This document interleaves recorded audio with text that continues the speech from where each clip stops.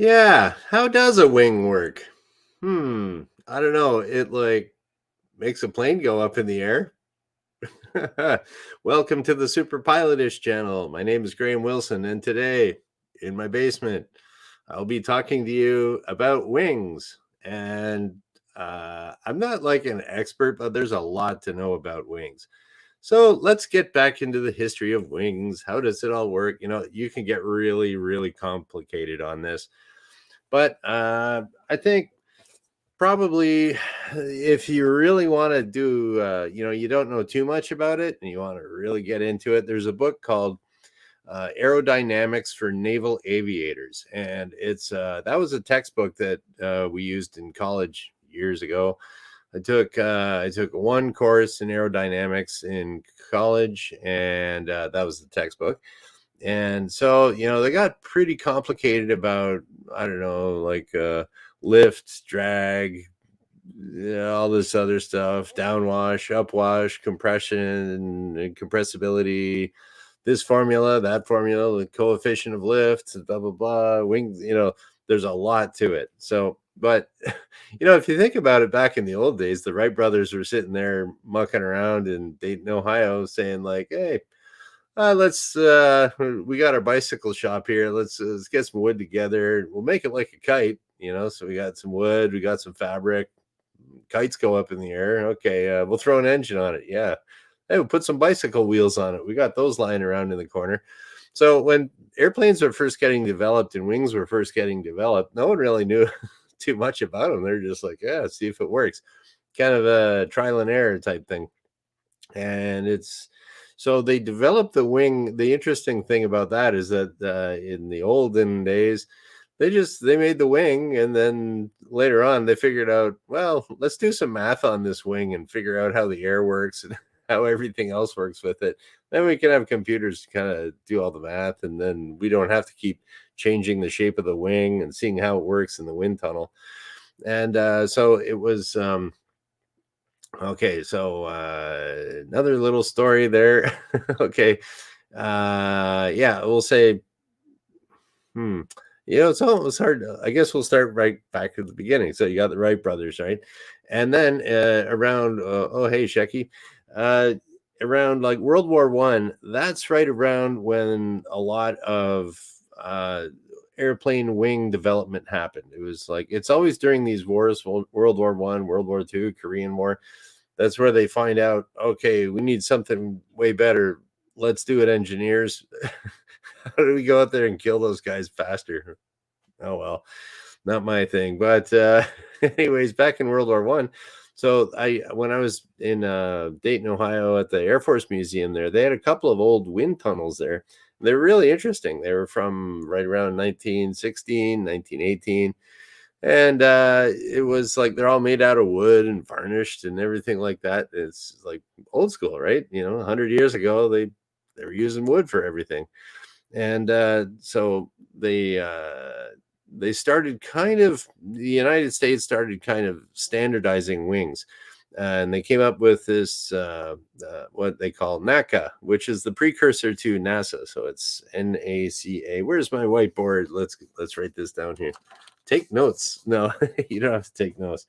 But we're talking history of wings because that's easier than the math of the wings. So here we go. So first you had your NACA.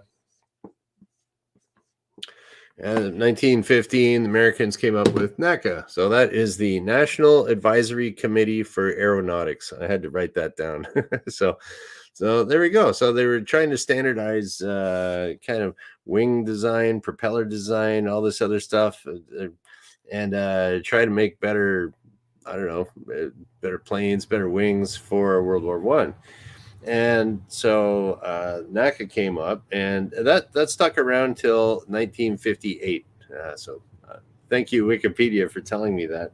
But the only thing I really know about NACA, and the reason it was just kind of, I knew about it because I had an instructor once that told me about the NACA duct. What is a NACA duct, you say? Well, NACA, they were doing all this aerodynamic work and stuff like that. I'll use my other whiteboard here for this one. So you might have seen a NACA duct. It looks like this. Not exactly, but pretty close. because my artwork is so amazing. There's a aqueduct. Actually, it could be like this way, and it's how would it do? And you might have like there's like a hole here. Might have a tube. Like they do this. I know the Piper Tomahawk has an aqueduct like this where the air is going along the side. Well, imagine that that's the side of the airplane, and this is actually recessed into the plane. And then there's a hose, and that'll keep the pilot cool inside. So that's really just for kind of low pressure, just airflow. But the thing is, this little scoop, it's you'll see those on race cars too, because the idea behind the aqueduct, which was invented. When was that? I don't know. I didn't look that far. I didn't take notes on it on Wikipedia. But so your aqueduct, it's kind of recessed into the side of the plane. But what they used to have before that, you would have, okay, this is the side of your airplane here. And you'd have, okay, I don't know, use my calculator. So you'd have like a little, something like this on the side of your plane. You might pull a lever or something with a cable, and you go, and now you're opening up like a little vent. So when you're doing that, you're creating more drag because this guy here is sitting out in the air, and it's like, it's like you stick your hand out the car window. It's like it's more drag, so your plane isn't going to go as fast, and it makes a big deal the faster you're going because it's your drag increases at a geometric rate to your speed and all this other fun stuff. But so if you see something that's shaped like that, that's kind of indented into it, like a race car or an airplane, that's called an aqueduct. And you can sound really impressive at the cocktail party saying, oh, I watched this engaging man in his basement talking about aqueducts the other day. And you'll sound really smart. So get the old eraser out like usual. I don't know. Maybe I should get like an actual eraser instead of just burning through paper towels. I don't know. Okay, so there was your aqueduct, and that's how I found out about NACA and then the National Advisory Committee for Aeronautics. And I'm sure they had the same type of thing over in England and France and everything like that. There was a lot of airplane development going on there at the time in the World War I-ish time. And then after that, so what they did was that government body, they were doing a lot of experiments, and they figured out a way like that NACA duct is the that I was showing you before. There's specific dimensions on that work, and you can just scale it from a great big NACA duct to a little tiny NACA duct on the side of an airplane or a race car. So as long as it's that same dimension, there we go. That's your NACA duct, and it works the same whether it's small or big. Oh, hey, Brian. And so they what was I talking about there? Yeah, so we got the wings that they started making. So as I was working as a flight instructor and reading different, airplane manuals and things like that, they'll say the blah, blah, blah airplane. Brian's here. The Piper Cherokee has a NACA number airfoil. And so those NACA people, they started making all these different wings, and they said, okay, here you go. We're going to make a wing that's this shaped, and we're going to call it, depending on the measurements along the wing. And there's all these other parts of the wing, there's the chord and the span, and there's the thickness of it, and where's the center of lift, and so, you can get really complicated and boring talking about all that stuff. But so they said, okay, this is a wing. Hey, and this was I guess the taxpayers were paying for it. And they said, okay, hey, Piper, hey, Cessna, hey, I don't know who else was making stuff back then. Aranca. Okay, go Rockwell International. If you want to use this wing, here you go. We figured it out. These are the properties of the wing, and this is the center of lift, and you can design your spar accordingly, attach it to the plane accordingly. So they saved a lot of money for civil and military airplane R&D, research and development, to do that type of thing. So that was pretty cool. And then they were also working on the NACA people after World War II. They were really starting to work on like the Bell X-1, the first plane to ever go supersonic with was Chuck Yeager flew that. So yeah, so they're doing all kinds of development with that, increasing, and then they were finding all about shock waves and when a wing becomes transonic to supersonic, and no one knew what a sonic boom was and things like that. So NACA did a lot with that, and then that's when they changed their name to NASA. What is it? National Arrows. I don't even know what NASA stands for. I gotta Google that. Come on, I don't want to give you the wrong information here. So National uh, National Aeronautics and Space Association. What is it? NASA.gov. Okay. NASA stands for, come on, NASA. They don't even say on their website what NASA stands for. Okay. I'll have to hit Wikipedia instead of the NASA website. Here we go. It is the National Aeronautics and Space Administration. That's it. Okay. There we go.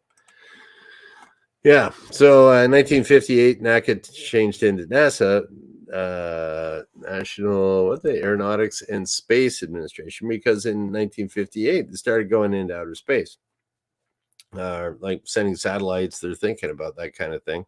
Space race was on, and away they went. So now they had their NASA, and then so if you do see these old airfoils and stuff, they call it, if it's called a NACA airfoil, blah blah blah. It was before 1958 that it was designed, and you can just say you want to use a I don't know. I think I was looking into the P-51 Mustang wing, and because I know that was a laminar flow wing. What's a laminar flow wing? I'll tell you. Here we go. There's something, just kind of something. I don't know. Where's my wasting all my paper here. Yeah, so there's different types of wings, and the thing is, if you are writing a test in Canada for your commercial, for your commercial written test, your instructor rating test, and your ATPL exams, you absolutely have to know the properties of a laminar flow wing. Everybody gets this stuff wrong. So yeah, laminar flow wing is just like, it's kind of, there we go. Looks like that. The center lift is like kind of in the middle, and it's basically kind of, it doesn't look, I don't know, that should be a little pointier. Like it's kind of exactly the same front to back. So that's your laminar flow wing. And so with that, the stall characteristics are weird on it. Apparently, never stalled a plane with a laminar flow wing. I have flown in a plane with a laminar flow wing, and it's better for like high speed and stuff like that. So your Mustang had a laminar flow wing. I don't know if a Spitfire did, but the Mustang did, and then they kind of tweaked it out. And they kind of customized it. They took a NACA airfoil for a laminar flow wing. They kind of tweaked it out to make it a P-51 Mustang wing. And so when it stalls, it's like, hey, everything's cool, and I pull a bunch of G's, and then the wing falls out on you. So there's really not too much notification of that. So most airplanes don't have that type of wing. Oh, and then if you do have like your big jets that you fly on and stuff, you'll see that there's little flaps and stuff that might come out here. And then you might have some slats come off the top here, come out there and there. And you'll see the whole wing just change when it starts to land. And that changes the lift and drag and airflow and everything like that. So you got, I don't know, or depending on your flap setting, you've got multiple airfoils in one. Hey, great. Each for, one for low speed, one for high speed. They'll use a little bit of flap for taking off too. So yeah, and you could talk about that for like 5 hours, but there's way better YouTube videos out there than me. But yeah, so slats are on the front, flaps are back here. There's your laminar flow wing, which will give you kind of, I don't know, not a lot of notification aerodynamically before you're going to stall it. But most wings, they kind of look like this. I've drawn lots of these. Yep. There you go. That's your usual wing. And then your center of lift will probably be up here somewhere. And that gives you more gentle stall characteristics.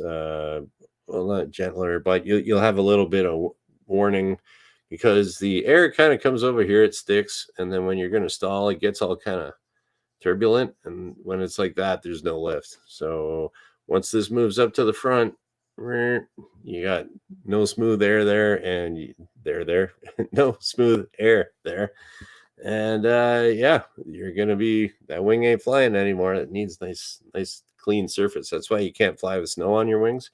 It'll create that, and you can't fly with big ice. If you ever have any big icicles sticking out the front here, it'll create that, and your plane's not going to fly. So you don't. That's why they'll have little things on the front of the wing like that. Might even be black. They can be little rubber boots, as they call them. They can, if there's ice building up, they can expand and pop the ice off. But usually on jets, it's heated on the front, so you'll see a little strip of something that might be kind of gray on the front of the wing, and it's heated, so ice doesn't build up, so your wing will still fly. So it's better in moderate icing conditions, stuff like that. There we go. That's about all I know about wings. Well, I don't know. Yeah, I was going to talk about that. Oh, and then yeah, talking about how I was just kind of looking at it. I didn't really know it until today. So how can you? It's not really that the wing is patented, but it's like, here's this design. How do you make that? So we're gonna go back to. We'll go back to our normal wing. Yep. Okay, so there's our normal kind of wing. That would be like a cross section of it.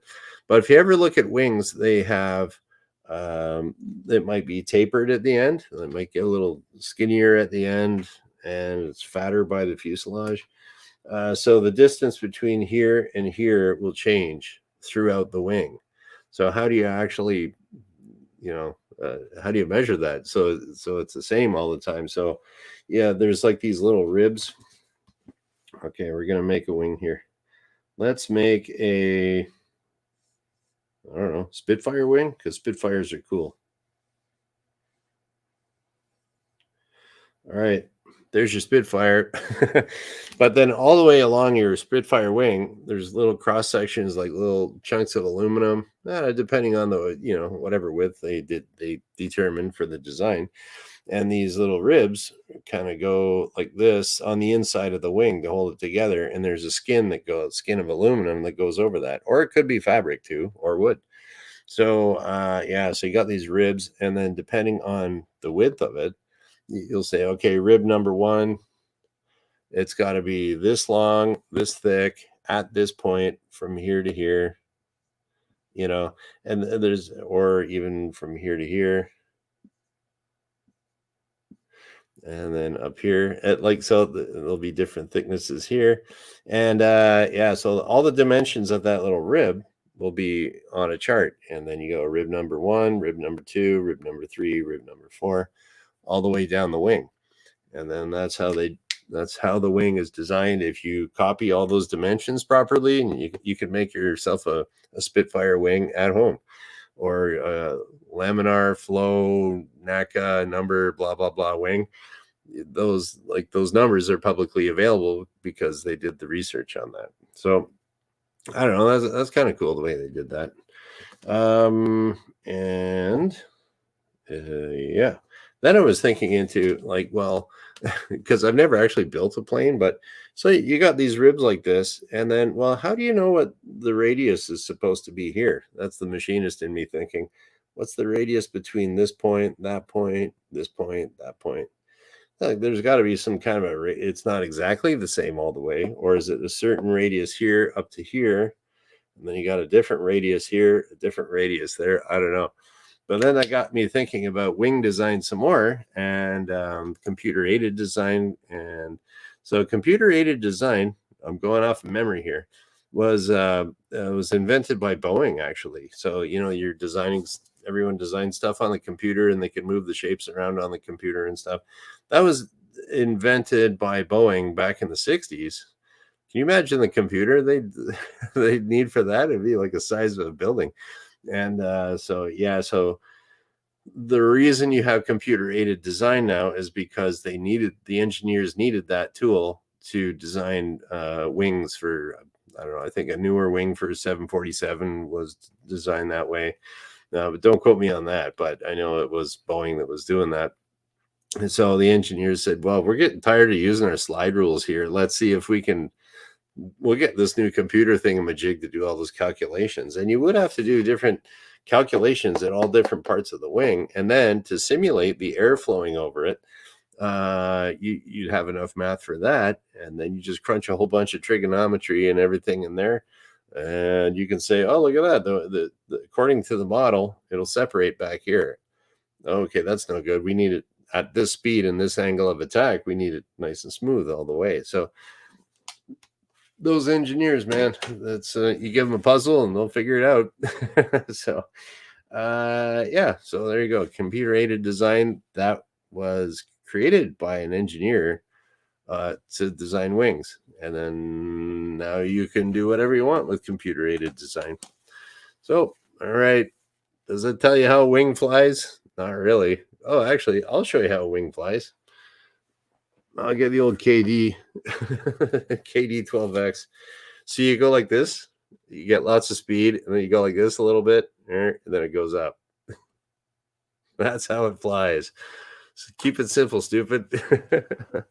Yeah, and if you go up too much like this, it won't fly. Somewhere between here and there, it'll stop flying. There we go. That's how wing flies. Okay. And what do we got here? Oh, all right. So that's about it for today. I'm going to check out your just a couple people hanging out. What is it, Wednesday? Yeah, it's just the middle of the week. And then Brian is a big fan of Bernoulli's principle, pressure differential from a technician's point of view. Yeah, like the that was how they a lot of that Bernoulli stuff, it really had to do with pipes and tubes and things like that. And that's how all these wind tunnels work, right? So you got a wind tunnel, you have a great big, and this was like the weird old wood made out of wood wind tunnels from 100 years, over 100 years old, that they have at the museum down in Dayton. Yeah, it's just kind of like a big funnel. You'll have this huge fan. Well, actually, you can drive by in Ottawa. There's a huge wind tunnel there too, but like a monster wind tunnel. So you just get a fan like this. Look at that! Look at that perfect fan blade. That is a 4-bladed prop.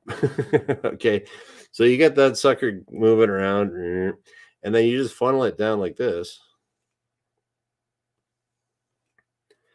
So all this air is getting in here, and then that's in there in that tube. That's where all your Bernoulli stuff is happening. So your speed is going to increase.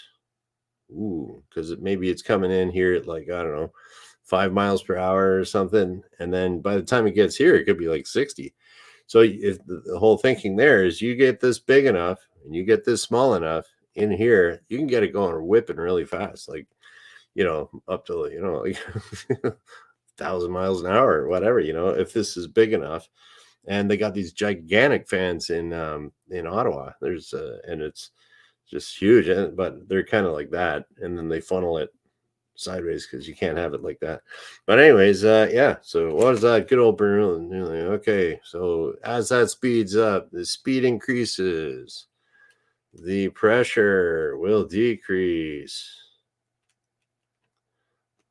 That's there you go. And then your temperature will decrease. I don't know if you can see all that, but that's Bernoulli right there in a nutshell. So, but yeah, you do notice that.